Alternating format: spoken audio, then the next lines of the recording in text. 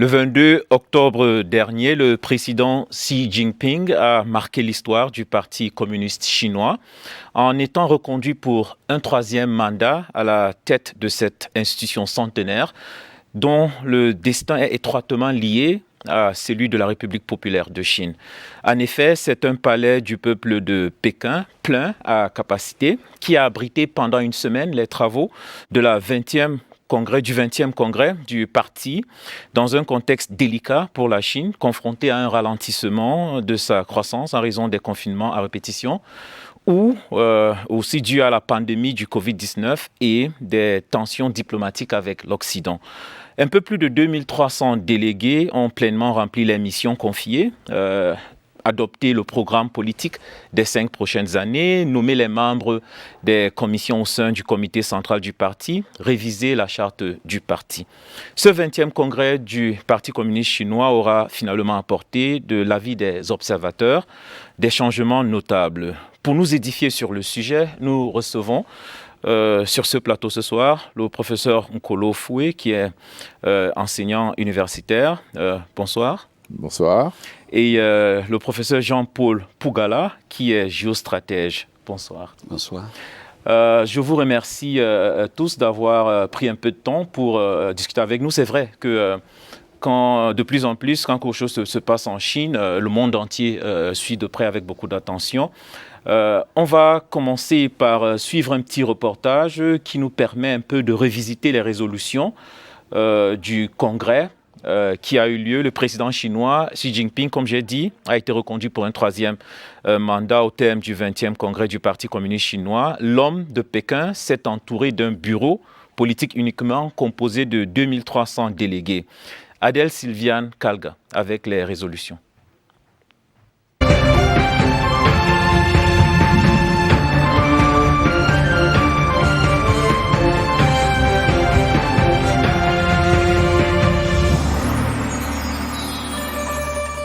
Je déclare maintenant la clôture victorieuse du 20e congrès du Parti communiste chinois.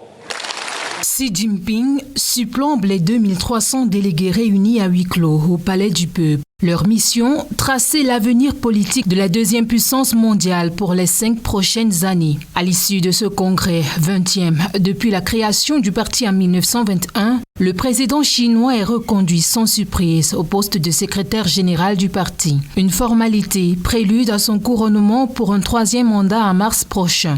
Car après avoir modifié la Constitution, le maître de Pékin peut maintenant régner sans inquiétude. Pas de désignation de dauphin, mais un comité central, sorte de parlement interne du Parti communiste chinois remanié et fort de 200 nouveaux membres.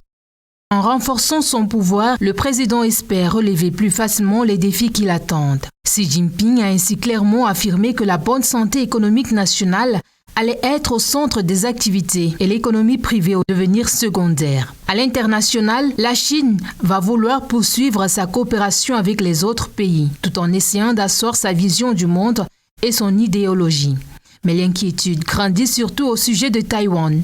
Le Parti communiste a inscrit pour la première fois dans sa charte une mention sur sa ferme opposition à l'indépendance de l'île. Professeur Nkolo, vous êtes chercheur en sciences humaines. Vous avez suivi un peu le reportage d'Adèle. Si on parlait aux citoyens lambda, c'est quoi le Parti communiste de la Chine? Eh bien, le Parti communiste chinois a été créé en 1921 pour répondre à ce qu'il sera appelé plus tard le siècle de l'humiliation. Souvenez-vous que vers les années 1840, la Chine est agressée par des puissances occidentales, notamment la Grande-Bretagne, suivi de quelques autres pays occidentaux, les États-Unis, la France, l'Allemagne, la Russie. Et la Grande-Bretagne, notamment, a imposé à la Chine une guerre que les historiens appellent les guerres de l'opium.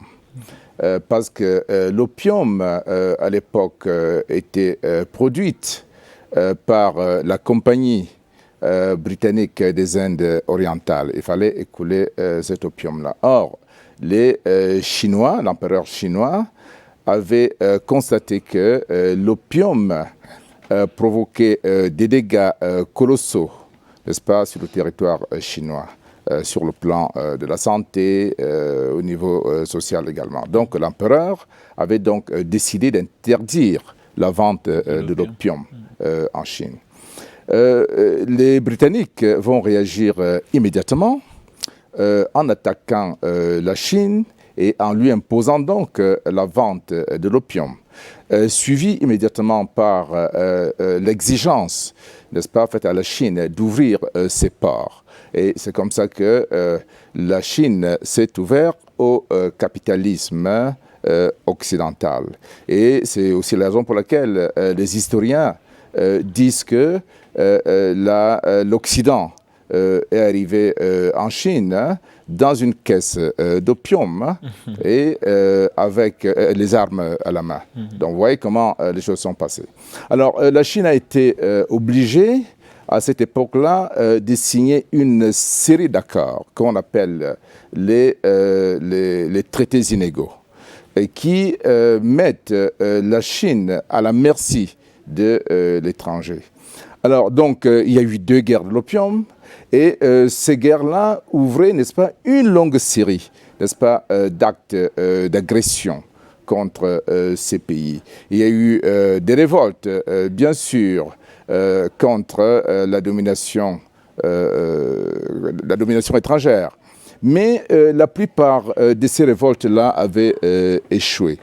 Parce que le chemin qui avait été pris par les patriotes chinois, notamment Sun Yat-sen, avait déployé des outils qui n'étaient pas appropriés. C'est donc la raison pour laquelle les communistes chinois, immédiatement après la révolution soviétique, reprennent le flambeau de la lutte.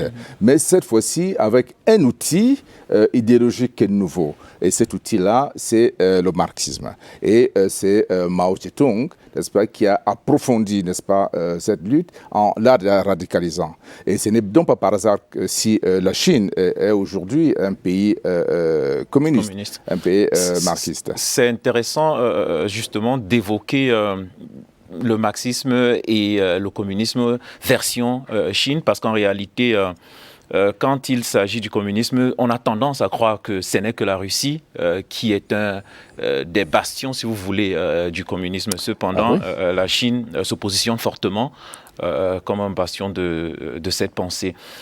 Quelle place occupe donc ce parti aujourd'hui dans le paysage politique chinois? Il y a d'autres partis qu'on connaît très peu. Oui, mais avant de parler, je complète juste l'historique pour qu'on comprenne bien. Avant 1921, la Chine est un peu comme le Cameroun. Elle est sous domination de la France, de la Grande-Bretagne et des États-Unis. Ce qu'on ne sait pas, c'est qu'ils fonctionnaient exactement comme ils ont fonctionné avec nous. Mao fait partie de ceux qui réunissent les jeunes pour les envoyer étudier en France. L'objectif est de rentrer travailler dans des grandes entreprises françaises et britanniques. Dans son cas, il travaillait pour la France. Donc, ils envoient en France. Il est sélectionné pour aller en France faire des études. Mais il refuse à la dernière minute. Il dit que quoi? C'est ici que se passe l'histoire. C'est en Chine qu'il y a la révolution. Ce n'est pas en allant étudier en France que je vais apprendre quoi que ce soit pour venir mener la révolution. Mais il fait partie de ses amis. Ses amis vont en France. Mais qu'est-ce qu'ils font en France? Ils ne se contentent pas d'étudier. Voilà. Ils sont...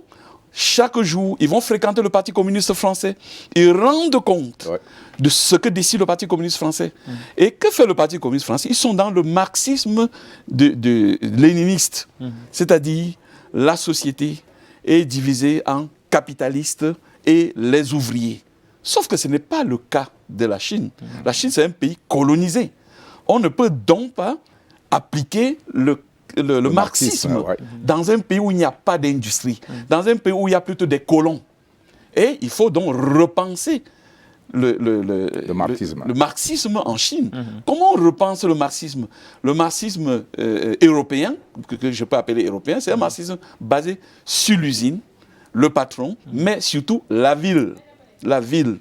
Il rentre en Chine, donc lui il est en Chine, ils échangent avec un certain Kaya Sen qui lui envoie des informations, qui dit on a visité ceci, on a vu cela, et en fonction de ça, ils modifient, ils ajustent.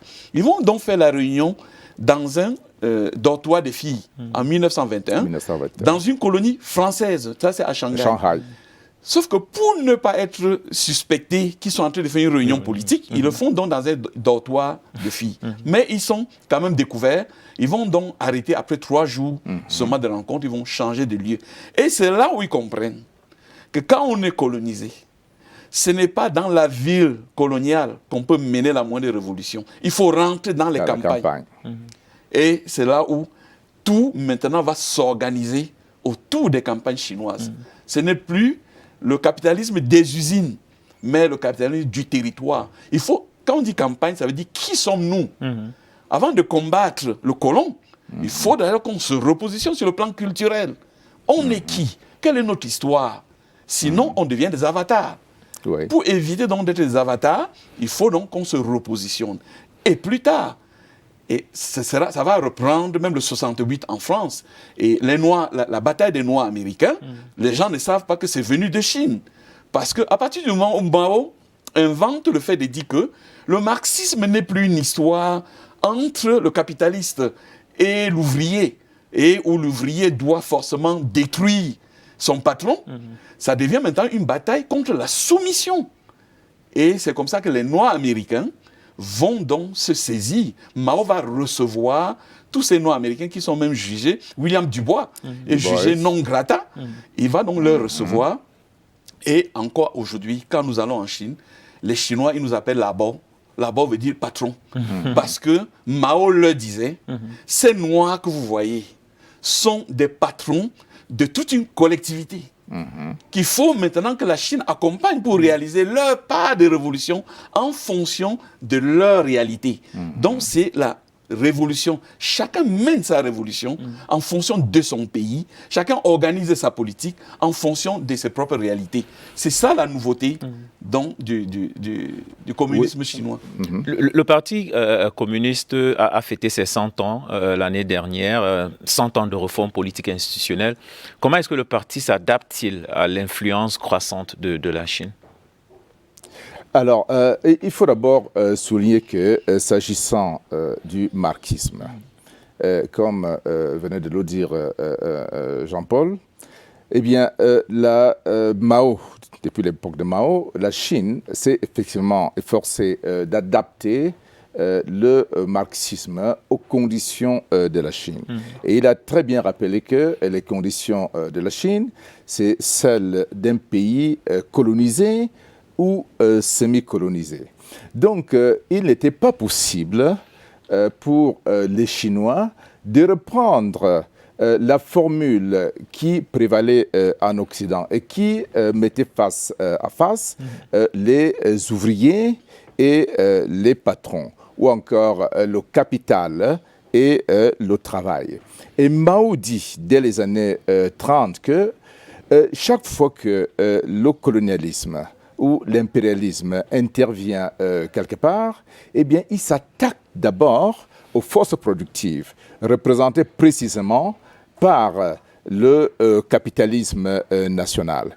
Et c'est la raison pour laquelle Mao va demander, n'est-ce pas, l'atténuation de la lutte entre les patrons et les ouvriers. Donc, il n'était pas question de détruire le capitalisme national. Le capitalisme national devrait être une partie intégrante de la révolution. Et c'est la raison pour laquelle Mao, et cela est inscrit d'ailleurs dans la constitution du Parti communiste, eh bien, la lutte entre le travail et le capital va s'atténuer. Et la société chinoise, l'État chinois va mettre tous les moyens possibles à la disposition des forces productives pour permettre au capitalisme chinois de défendre, n'est-ce pas, la patrie. Et c'est la raison pour laquelle, dès les années 46-47, il a été mis sur pied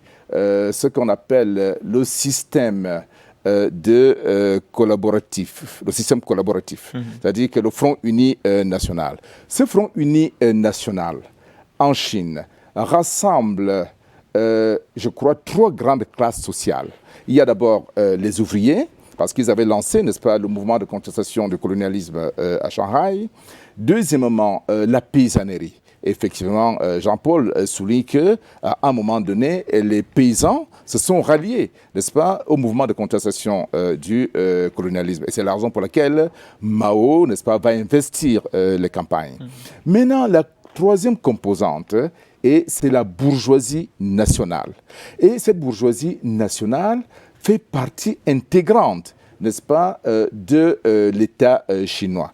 D'ailleurs, je voudrais vous signaler que beaucoup de gens ne savent pas que la Chine, bien que dirigée par le Parti communiste chinois, la Chine, le Parti communiste chinois, fonctionne avec 8 autres partis. Et on les appelle d'ailleurs des partis démocratiques. Et ces partis-là travaillent avec le Parti communiste chinois dans le cadre de ce que les Chinois appellent la conférence consultative politique. Et c'est là qu'il y a une concertation, des concertations permanentes entre le Parti communiste chinois et les autres partis. C'est ce qu'on appelle le multipartisme chinois. On va évidemment essayer d'avancer pour parler un peu de la relation qu'entretient la Chine et l'Afrique. Suivons d'abord ce reportage sur évidemment les acquis historiques du Parti communiste chinois, la formation économique et sociale caractérisée par la mise en commun des moyens de production et d'échange, par la répartition des biens produits suivant les besoins de chacun, par la suppression des classes sociales. C'est le but affiché par le Parti communiste chinois dès sa création. Grâce à sa politique socialiste, le PCC a permis à la Chine de se hisser sur le concert des nations. Les acquis du PCC révisités ici par Lamine Moubarak.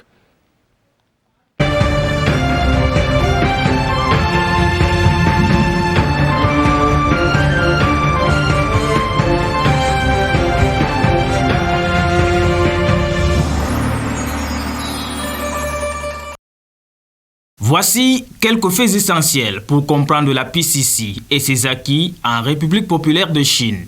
Pour sauver le pays depuis la première guerre d'opium en 1940, les Chinois ont renversé la dynastie des Qing pour créer une république suivant le modèle occidental. Mais cela ne sera pas pour longtemps. La Chine plongera dans un chaos avec les seigneurs de la guerre en conflit, chacun voulant prendre le pouvoir. Un conflit qui aura un impact négatif sur la vie des populations. Dans ce contexte, naîtra le PCC, Parti communiste chinois, pour trouver la voie du salut. Le parti mettra fin au malheur des Chinois avec la naissance de la Chine nouvelle. Cette victoire n'a pas été acquise de façon aisée. C'est après plusieurs années de combat que le parti finira par prendre le pouvoir avec l'appui de la population qui a adhéré à l'idéologie socialiste du PCC. Une fois au pouvoir, le PCC continue d'être un parti politique au service du peuple. Ainsi, il va conduire la Chine vers la prospérité permanente, l'amélioration considérable et constante du niveau de vie de la population. Dès 2020, le revenu annuel en moyenne des Chinois est de 32 189 yens, soit près de 2 700 000 francs CFA. Alors qu'en 1956, il n'était que de 98 yens, soit 8 300 francs CFA. Dans les années 2019, l'espérance de vie des Chinois est de 77,3 ans. Par contre, en 1949, elle n'atteignait que 35 ans. La Chine a d'ailleurs réussi la lutte contre la pauvreté. Grâce à la politique du Parti communiste chinois, l'Empire du Milieu est devenu une grande puissance économique mondiale. Sur le plan politique, à nos jours, le pays compte 2 620 000 députés et élus locaux qui représentent toutes les couches de la société. Vous avez suivi un peu là les progrès réalisés par la Chine et qui peuvent être largement attribués aussi en partie à leur système politique. Maintenant, la question que je me pose, c'est est-ce que ce multipartisme-là, elle n'est que de nom ou bien elle est réelle? Et est-ce qu'ils sont obligés de copier un modèle occidental si le modèle à eux les réussit? Le modèle du Parti communiste chinois dépend des objectifs qu'on s'est fixés. Moi, j'ai étudié en Italie, j'ai fait économie en Italie. En Italie, on définit l'objectif de l'entreprise comme étant la réalisation d'un profit. En Chine, l'objectif d'une entreprise, c'est de réaliser la prospérité du pays. Là, ça change complètement. Donc, lorsque on enseigne depuis l'école que l'entreprise privée vise comme l'objectif la prospérité du pays, c'est-à-dire le bien-être collectif et non individuel, ça modifie tout dans la société. Et je vais revenir à autre chose. Le modèle chinois, politique chinois, il n'est pas très différent du modèle politique suisse. Je donne cet exemple pour qu'on comprenne bien. En Suisse, il n'y a pas de parti d'opposition. Pour une raison simple. Les Suisses disent qu'ils ont 3 voisins qui, tôt ou tard, vont rentrer pour mettre la main sur le pays. La France, l'Italie et l'Allemagne. Quand vous construisez une maison en Suisse, vous devez avoir un refuge anti-atomique contre ces 3-là. Qui sont des puissances nucléaires. Qui sont des puissances nucléaires. Et qui disent que quoi? En Suisse, on dit que ces 3-là, ils peuvent entrer, mais ils ne vont jamais sortir. Donc, chaque Suisse fait un service militaire pour attendre ces 3. Aujourd'hui, je n'ai pas dit hier, ils continuent. Et pour éviter que ces 3 manipulent un parti d'opposition, on a tout simplement fait qu'il n'y a pas de parti d'opposition. On va voter et à la fin, chacun, en fonction de ce qu'il a eu aux élections, il aura un poste à la mairie ou au gouvernement fédéral. Et c'est exactement la même chose en Chine, où même les tribus sont représentées. Donc toutes les négociations, quand on fait le congrès du Parti communiste chinois, on a déjà fait toutes les négociations longtemps à l'avance. Là où il y avait des choses où on n'était pas d'accord, on a essayé de tout régler avant de se retrouver. Parce que l'objectif, regardez qu'on a sorti 700 millions de personnes de la pauvreté. Ça, c'est un record qu'aucun prix Nobel d'économie n'a réalisé aujourd'hui. Voilà. Donc c'est un exploit. Et l'exploit est basé donc sur l'objectif d'un parti qui a fixé des objectifs à 100 ans.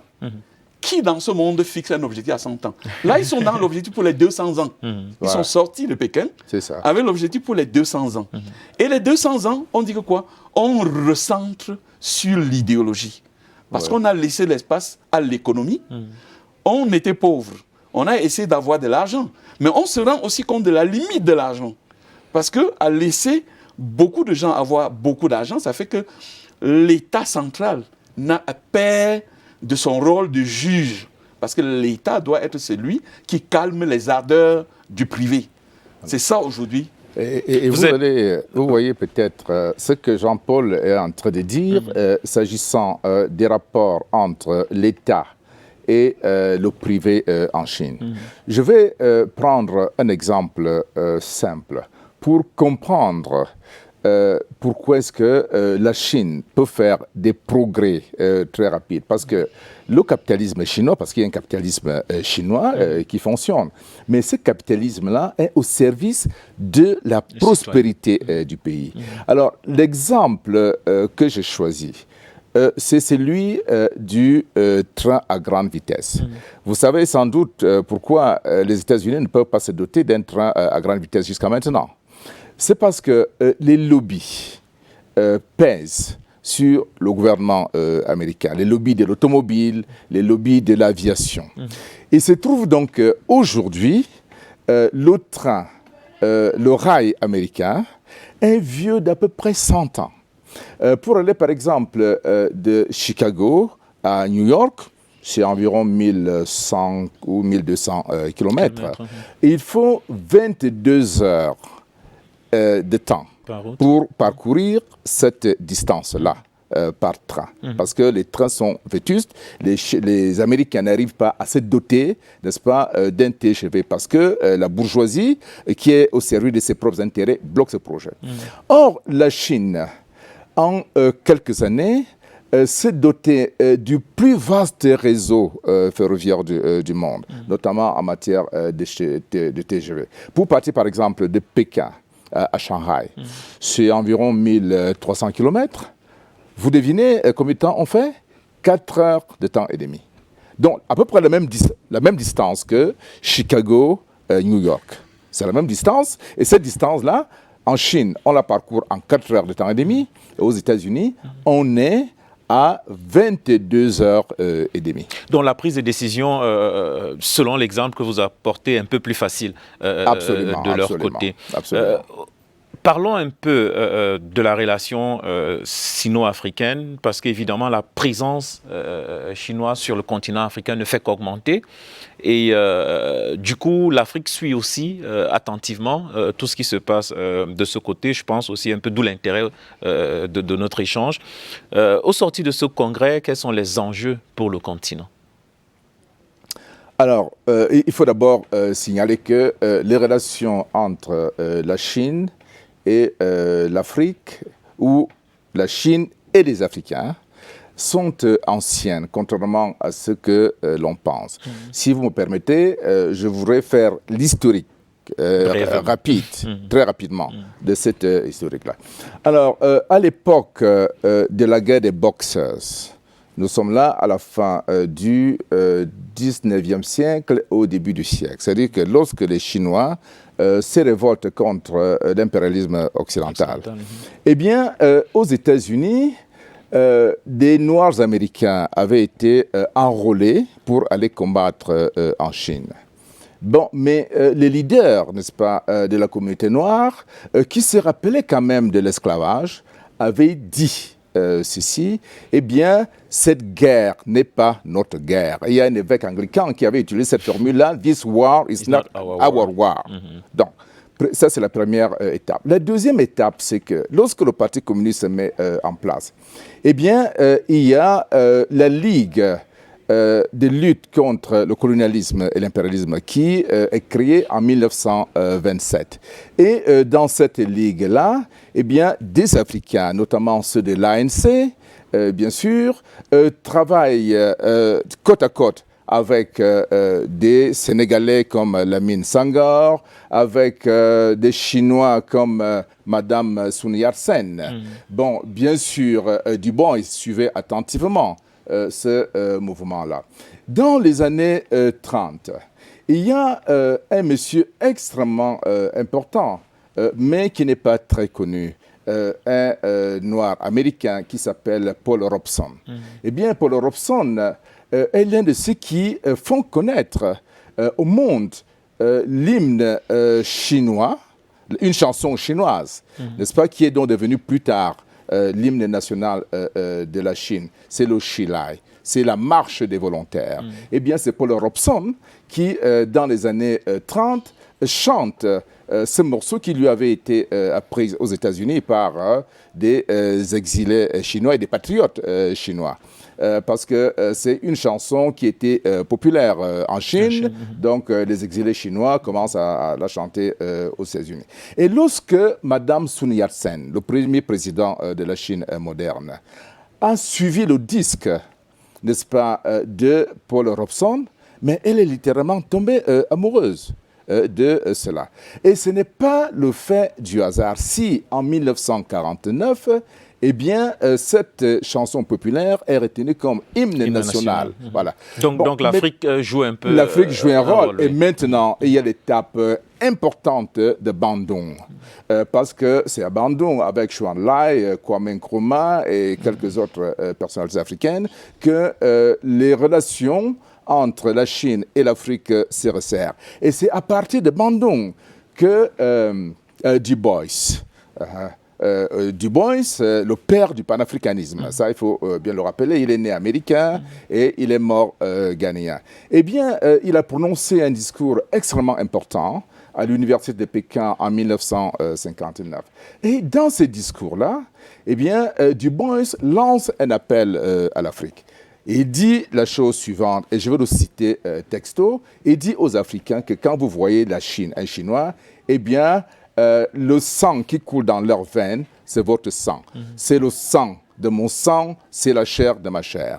Et il demande donc le rapprochement entre la Chine et l'Afrique. Il demande aux Chinois, n'est-ce pas, de venir en Afrique, d'investir en Afrique. Il demande aux Africains d'aller en Chine, d'apprendre, n'est-ce pas, la langue chinoise. Donc ces relations-là sont anciennes et nous sommes très heureux de constater que depuis les années 2000, eh bien, l'Afrique est élevée, est ressuscitée Bandung. Et je voudrais saluer ici, n'est-ce pas, l'apport, n'est-ce pas, du Cameroun, parce que c'est l'ambassadeur du Cameroun en Chine à l'époque qui était l'un des initiateurs, n'est-ce pas, de ce que nous appelons aujourd'hui le FOCAC, le Forum de coopération Chine-Afrique. Et c'est un cadre de concertation qui se tient tous les 3 ans.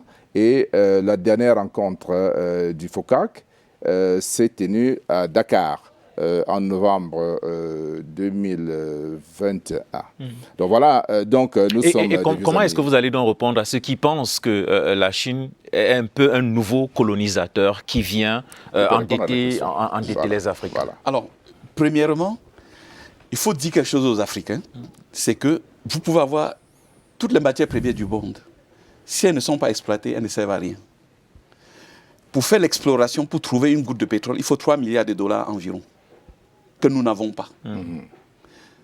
Si vous n'avez pas 3 milliards de dollars et que personne ne vous les prête, vous ne pourrez jamais exploiter vos ressources. Voilà. Et dans l'état actuel des situations, je parle du pétrole tchadien. Avec les sociétés occidentales, le Tchad a 8% de son pétrole.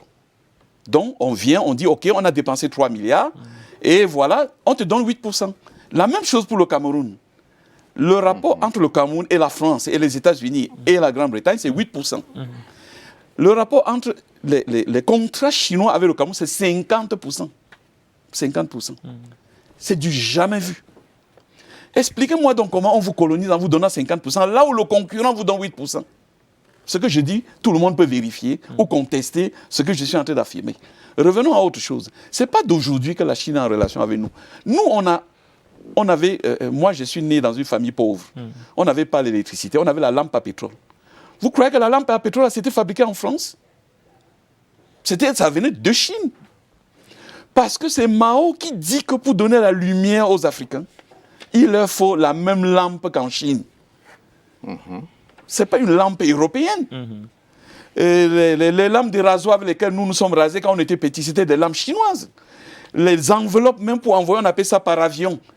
C'est parce que nous, les Français, ne nous considéraient pas qu'on devait envoyer des courriers. C'est depuis la Chine que la conception venait de dire qu'il faut aussi leur permettre d'expédier des courriers. Vous avez plein de choses comme ça. Un autre exemple, Nyerere. La Tanzanie existe grâce à la Chine. Parce que vous aviez un rapport entre les Britanniques et les Arabes qui faisait qu'ils s'étaient divisés. L'un avait l'île de Zanzibar et l'autre avec le Tanganyika. Et c'est Nyerere qui, avec l'aide de Mao, va réussir donc à chasser le sultan d'Oman et de récupérer et de former le Tanganyika pour former la Tanzanie. Mais qu'est-ce qui va se passer après? Le premier tracteur africain, il est tanzanien. Parce que c'est Mao qui dit, si vous ne fabriquez pas vous-même les moyens de production, il faut d'abord se nourrir. Mais pour le faire, il a créé 800 villages. On ne peut pas, quand on a été colonisé, on ne peut pas revenir, continuer comme si de rien n'était. Comme si la colonisation n'était qu'un incident de l'histoire. Non, la colonisation c'est un crime, c'est une violence. Il faut créer une rupture. Et c'est Mao qui va donc aider Nyerere pour créer donc ces 800 villages. On va utiliser le président ougandais, Amin Dada, pour faire la guerre contre Nyerere. Donc, pour empêcher que ça se réalise, on utilise Idi Amin Dada. À la fin de son règne, on va nous présenter comme étant le méchant. Mais il était le méchant allié de qui? Ceux qui combattaient Nyerere, c'est qui? Ce sont les Occidentaux. Mais aujourd'hui, qu'est-ce qu'on fait? On est en train de le canoniser pour qu'il soit un saint de l'Église catholique. Alors que Nyerere, c'est quelqu'un qui est le fruit de Mao, du communisme africain. Et maintenant, pensez-vous qu'aujourd'hui la Chine serait favorable à une Afrique unie et forte? Je pense un peu à la zone de libre-échange continentale africaine. Est-ce que la Chine voudrait négocier avec l'Afrique comme un bloc ou bien comme des pays segmentés? Nous sommes très à l'aise pour répondre à cette question. Et avant d'y répondre, je voudrais revenir sur la question de la dette. Parce que c'est une question très importante dans le narratif occidental. On a créé le mythe du surendettement de l'Afrique, premièrement. Le deuxième mythe, c'est celui du surendettement chinois. Or, il se trouve que s'agissant de la dette, j'ai pu vous dire que le continent africain, c'est l'un des continents les moins endettés au monde. Le Cameroun, nous sommes actuellement à peine 43%, n'est-ce pas, de la dette par rapport à notre PIB. Bon, il y a des pays comme le Ghana qui sont à 60-80%, etc. Mais un pays comme le Japon, il doit être, je crois, 200%, quelque chose comme ça. Bon, maintenant, je veux vous dire que s'agissant de la dette, ce n'est pas la Chine qui alourdit le fardeau de la dette, pour une raison simple. Des études ont été faites aux États-Unis, en Grande-Bretagne, au cours des dernières années, l'année dernière d'ailleurs, qui révèlent que, en fait, la dette chinoise en Afrique pèse est de 12% à peine. Bon. Avec un taux d'intérêt moyen de 2,7%. Alors que la dette occidentale, parce qu'elle est essentiellement, en grande partie, une dette privée, et c'est une dette de 35%. Voilà ce que l'Afrique dépense pour rembourser sa dette aux puissances occidentales. Et maintenant, le taux d'intérêt, c'est le double de celui de la Chine, parce que ce taux d'intérêt, j'ai les chiffres, c'est environ 5%, 5% et demi. Voilà la vérité. Maintenant, la question que vous posez, est-ce que la Chine est favorable à l'unité africaine? Je vais vous dire que les fondateurs, les pères du panafricanisme, à savoir Nkrumah et Nyerere, avaient dit que le complément nécessaire du panafricanisme ou de l'unité africaine, eh bien, c'est la solidarité afro-asiatique. Ça, c'est la première chose. Maintenant, depuis quelques années, l'OFOCAC a mis des moyens colossaux pour mettre en place la base infrastructurelle du panafricanisme. Parce que les intellectuels bavardent beaucoup.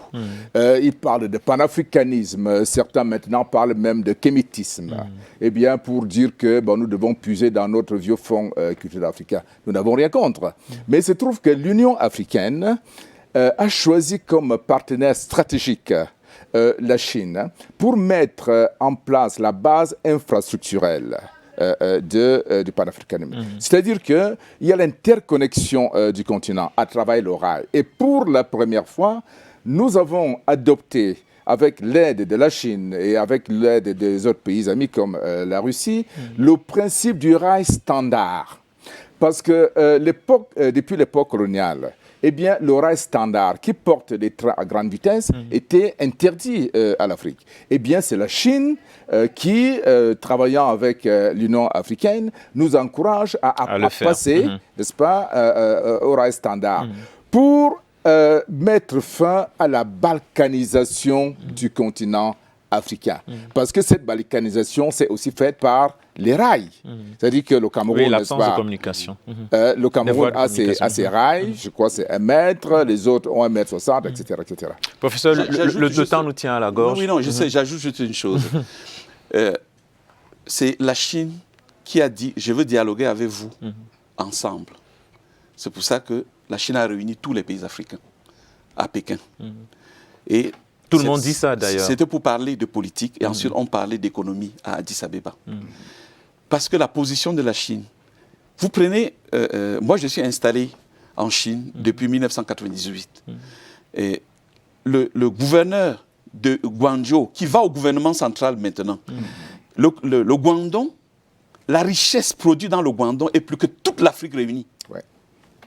Je dis, une seule région produit plus de richesse que tout ce que nous, on peut avoir. Donc, au fond, c'est nous qui avons besoin de la Chine et non du contraire. Parce que la Chine, depuis le début, a dit que vous devez être unis. C'est pour ça qu'on avait fait l'unité africaine en 1963. Mais qu'est-ce qui s'est passé? Houphouët est passé par Paris avant d'aller à Addis Abeba. Senghor est passé par Paris avant d'aller à Addis Abeba. Qu'est-ce qu'ils ont dit? Nous voulons l'intangibilité des frontières issues de la colonisation. Quand Nkrumah et Nyerere étaient pour qu'on fasse une union continentale. Donc, qu'est-ce qui s'est passé? On a fragmenté en faisant la CEMAC. On a créé les zones économiques. Explique-moi comment le Cameroun, qui est le plus grand pays de la CEMAC, a son plus grand voisin, le Nigeria, qui est plutôt dans une autre communauté. Ce n'est pas quelque chose contre nous. Bien sûr. On va sortir par là très brièvement.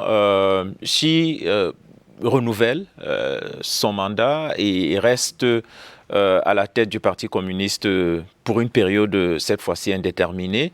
Que pouvons-nous attendre de cet nouvel épisode de la Chine? Je ne veux même pas dire cette nouvelle Chine, mais cet nouvel épisode de la Chine. Mais alors, ce que nous attendons de la Chine, nous devons d'abord l'attendre de nous-mêmes, c'est-à-dire nous autres Africains. Bon, la Chine, n'est-ce pas, va apporter son concours. D'abord, ce que la communauté internationale attend de la Chine, bon, c'est qu'elle participe davantage à la mise en place du multiculturalisme. Parce que le président Xi Jinping insiste sur la question du multilatéralisme. Et cette question-là est d'actualité. Bon, alors, le président Xi Jinping, dans son rapport, le rapport que j'ai ici, le rapport lors du congrès, a dit quelque chose qui me frappe. Et je crois que c'est ce que je retiens personnellement de cela. Le président chinois a dit que la Chine ne va pas faire comme les autres pays. C'est-à-dire que pour réaliser leur modernisation, il faut la guerre. Donc le président Xi Jinping dit qu'il ne va pas réaliser la modernisation de la Chine à travers la guerre, à travers la colonisation et à travers le pillage. Il s'agit là d'un engagement fort. Et nous sommes très heureux de constater que ici en Afrique, beaucoup de chefs d'État africains, d'abord le président Paul Biya, soient extrêmement sensibles à ces messages. Et je salue aussi ces initiatives, n'est-ce pas, aux Nations Unies. Depuis quelques années, vous savez que le Cameroun, au cours des derniers mois, a systématiquement voté aux côtés de la Chine, aux côtés de la Russie. Il s'agit là, n'est-ce pas, d'un virage diplomatique extrêmement important, que malheureusement, nous n'observons pas, prisonniers que nous sommes du paradigme méditerranéen. Mais nous ne sommes pas les sujets de la mer. Nous sommes, n'est-ce pas, des empires continentaux dont nous n'avons rien à voir avec la thalassocratie. Or, justement, certains Africains actuellement, n'est-ce pas, dans le cadre de ce qu'ils appellent le postcolonialisme ou même dans le cadre du kémétisme, ils pensent que les relations privilégiées, eh bien, c'est avec l'Europe. Nous n'avons rien contre l'Europe. Les Européens sont nos partenaires. Il faut bien que nous continuions leur partenariat avec eux. Mais l'on ne doit pas nous interdire comme le président Paul Biya l'a signalé tout récemment, de coopérer avec la Chine et de coopérer avec la Russie. Parce que le cœur de l'Afrique, n'est-ce pas, je l'ai encore dit dernièrement sur les antennes de la CRTV, est vaste et généreux. Donc nous sommes prêts à accueillir, n'est-ce pas, tous nos partenaires, d'où qu'ils viennent, y compris bien sûr la Chine, y compris la Russie. Voilà. Bon, je vais ajouter que nous avons un problème en Afrique. Si les choses continuent telles qu'on est là, on n'aura pas grand-chose. On n'aura pas grand-chose parce que les Africains viennent vers la Chine comme ils sont allés vers les Occidentaux, c'est-à-dire en mendiant. C'est ça. Et quand vous venez en mendiant, on vous traite en mendiant. Ouais. Nous avons un très grand déficit d'intelligence économique. Je prends l'exemple du Cameroun ou de Yaoundé. Qu'est-ce que nous demandons à la Chine? C'est ce que nous demandons, la Chine nous offre. Malheureusement, souvent, ça ne nous sert pas. C'est ça. Prenons l'électricité. Nous disons on veut les centrales hydroélectriques. Mais c'est un déficit d'intelligence économique. C'est d'abord la cité industrielle qui crée la centrale électrique et non l'inverse. Nous, on ne peut pas créer d'abord la centrale parce que les maisons, on consomme l'électricité de 18h à 22h. Après, on dort. La centrale est en train de tourner. Elle n'est pas rentabilisée. Donc, l'électricité qui va dans les maisons n'est qu'un bonus. Mais ce n'est pas la Chine à créer nos usines. C'est à nous donc de créer nos cités industrielles et la centrale. On pourra même faire des centrales nucléaires. Elle peut nous l'installer. La centrale va venir donc accompagner. Autre chose, l'eau. On est content, oui, l'eau va quitter la Sanaga, ça va venir à Yaoundé. Là encore, c'est toujours des projets spot. L'eau qui entre à la maison doit repartir. Elle repart comment si on n'a pas d'égout? Donc nous, on fait des projets comme ça. Et en Chine, on ne met pas l'eau sans avoir fait l'égout. Bon, la Chine fait ce que nous lui demandons de faire. Mais si nous n'avons pas la compétence pour demander ce qu'il nous faut, on continuera à avancer comme on a toujours fait. Voilà pourquoi le vrai travail, c'est à faire sur nous-mêmes. Nous sommes des êtres colonisés. La colonisation ne nous a pas donné des instruments pour évaluer nos manquements. La colonisation ne nous a pas donné l'intelligence pour décider ce qui est favorable. Nous, on est formatés pour servir le colon. On est formatés pour être au service de quelqu'un plus grand et non de nous-mêmes. Et ce travail, il faut le faire depuis l'école primaire. Merci beaucoup, professeur Nkolo Foué et professeur Jean-Paul Pougala, pour votre maîtrise et expertise sur la Chine. Un pays qui continue à susciter beaucoup d'admiration, d'intrigue, parfois de crainte, mais qu'on suit et qui est un exemple pour beaucoup d'autres pays qui recherchent à faire une sorte de révolution économique. Nous continuerons à suivre évidemment avec beaucoup d'intérêt l'actualité de ce côté. La Chine et le monde était une édition spéciale sur CRTV News avec la contribution des éminents professeurs, professeur Nkolo Foué et professeur Jean-Paul Pougala, pour nous permettre de comprendre évidemment les résolutions du 20e comité central du Parti communiste chinois qui vient de s'achever, et ainsi que les enjeux, si vous voulez, des relations Chine-Afrique dans les années à venir. Merci beaucoup pour votre attention. Bonne soirée ou bonne journée où que vous vous trouvez.